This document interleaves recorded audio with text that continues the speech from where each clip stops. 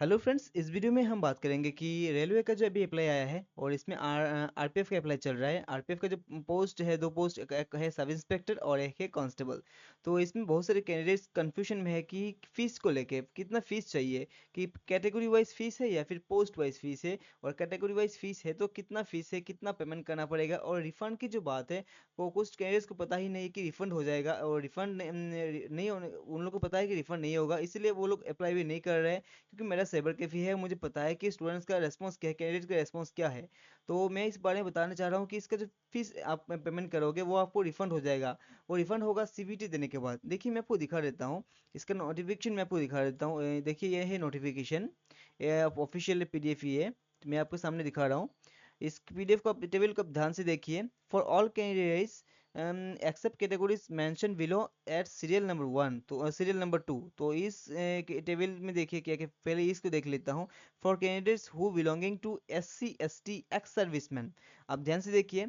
अगर आप as for who belong to SC ST ex serviceman, female, minorities और economically backward class, EBC. तो minorities और economically backward class EBC, this fee of 250। अगर आप S C S T ex serviceman और female, देखिए female के लिए कोई भी कैटेगरी नहीं चाहिए, इसमें सिर्फ फीमेल ऐड है। अगर फीमेल ओबीसी, फीमेल जनरल भी हो, फीमेल ईडब्ल्यूएस भी हो, तो भी इस फीमेल का फीस होगा 250। आप ध्यान से देखिए, अगर आप फीमेल हो और आपका कैटेगरी जनरल है तो आप ये घबराइए मत कि आपको 500 फीस देना पड़ेगा। आपको 500 फीस देना नहीं पड़ेगा, आपको सिर्फ 250 ही फीस देना है। तो ये फिर से मैं देख बोल रहा हूँ, S C S T ex serviceman, female, minorities और इकोनॉमिकली बैकवर्ड क्लास, ईबीसी, जिनका ईबीसी सर्टिफिकेट है, ईबीसी सर्टिफिकेट है, दिस फीस ऑफ 250। उन लोग का 250 फीस पेमेंट करना पड़ेगा।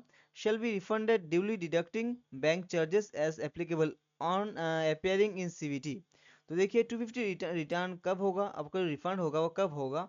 250 रिटर्न होगा आपको, आपको सीवीटी में, जब आप सीबीटी अपेयरिंग कर लोगे तो उसके बाद आपको रिफंड हो जाएगा। वो पूरा 250 रिफंड नहीं होगा। आपको बैंक का जो चार्ज है, थोड़ा सा चार्ज डिडक्ट होके आपका जो बाकी पैसा वो रिफंड हो जाएगा।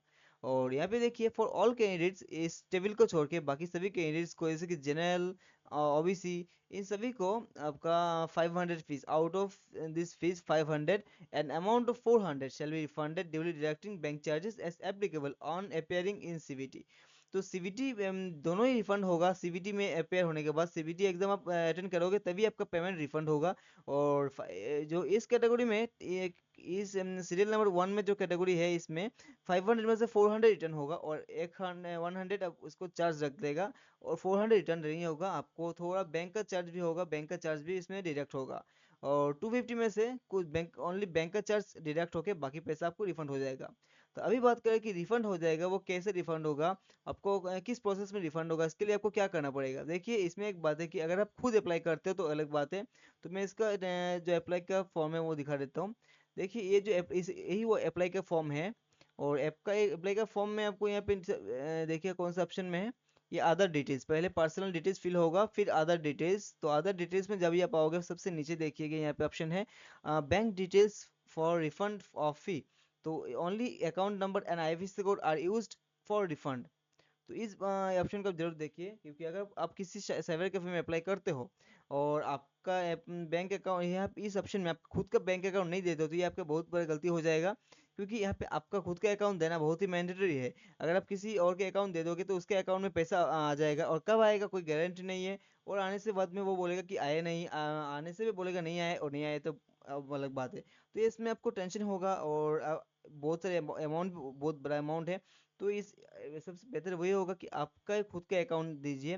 हो सके कि पेमेंट किसी से, किसी का भी अकाउंट से करने से प्रॉब्लम नहीं है, बट रिफंड का जो अकाउंट नंबर है वो आपका खुद का दीजिए। तो यहाँ पे आपका खुद का ही देना पड़ेगा। देखिए, मैंने आपको खुद का अकाउंट नंबर, खुद का बैंक का आईएफएससी कोड सब कुछ दे दिया।